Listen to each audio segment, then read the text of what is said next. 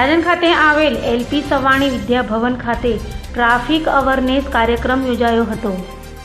સુરતમાં વિદ્યાર્થીઓને ટ્રાફિક અંગે જાગૃતિ માટે અનેક કાર્યક્રમો યોજાય છે, ત્યારે સુરતના અડાજણ ખાતે આવેલ એલપી સવાણી વિદ્યાભવન ખાતે LP Savani group of school દ્વારા ટ્રાફિક અવેરનેસ કાર્યક્રમ યોજાયો હતો. સુરત ટ્રાફિક પોલીસ દ્વારા યોજાનાર આઈ ફોલો કેમ્પેઇનને લઈ વાહન ચાલકોને હેલ્મેટ, સીટ બેલ્ટ અંગે માહિતી આપવામાં આવશે તેમ શાળાના શિક્ષિકાએ કહ્યું હતું.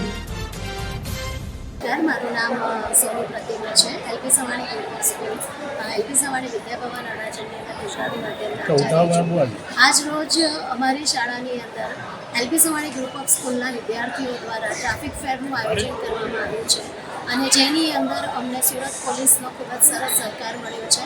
અને આઈ ફોલો કેમ્પેઇન અંતર્ગત સુરત પોલીસ આઈ ફોલો કેમ્પેઇન અને એલપી સવાણી શાળાના વિદ્યાર્થીઓ દ્વારા ટ્રાફિક ફેરની અંતર્ગત જે હેલ્મેટ નહીં પહેરવાથી નુકસાન થઈ રહ્યું છે, જાનહાની થઈ રહી છે, સીટ બેલ્ટ નહીં પહેરવાથી જે આજે હમણાં જ આપણે તાજેતરમાં જોયું કે કેટલા નુકસાન થઈ રહ્યા છે અને ચાલુ ગાડી ઉપર મોબાઈલ વાપરવાથી પણ અત્યારના જે ટીનેજર બાળકો ખોટી રીતે આગળ વધી રહ્યા છે, તે બધી જ વસ્તુથી બાળકો પરિચિત થાય, ટ્રાફિકના નિયમોનું પાલન કરે અને રસ્તા ઉપર થતી જાનહાનિને આપણે વધુમાં વધુ રોકી શકીએ અને આવનારી પેઢીને આનાથી અવગત કરી શકીએ તે અંતર્ગત શાળાની અંદર મોડલ મેકિંગ કાર્યક્રમનું આયોજન કરવામાં આવ્યું હતું. ચિત્ર સ્પર્ધા રાખવામાં આવી હતી અને પ્લેકાર્ડ ડિસ્ટ્રીબ્યુશન પણ કરવામાં આવ્યું હતું. અને સીપી સર કે જે આપણા સુરત પોલીસ કમિશનર સાહેબ અજયકુમાર તોમર અને ડીસીપી મેડમ અમિતાબેન માવનાનીની ઉપસ્થિતિની વચ્ચે અને સમગ્ર સુરત શહેર ટ્રાફિક પોલીસના સહકાર થકી આજે શાળાની અંદર આ ટ્રાફિક ફેરનું આયોજન કરવામાં આવ્યું,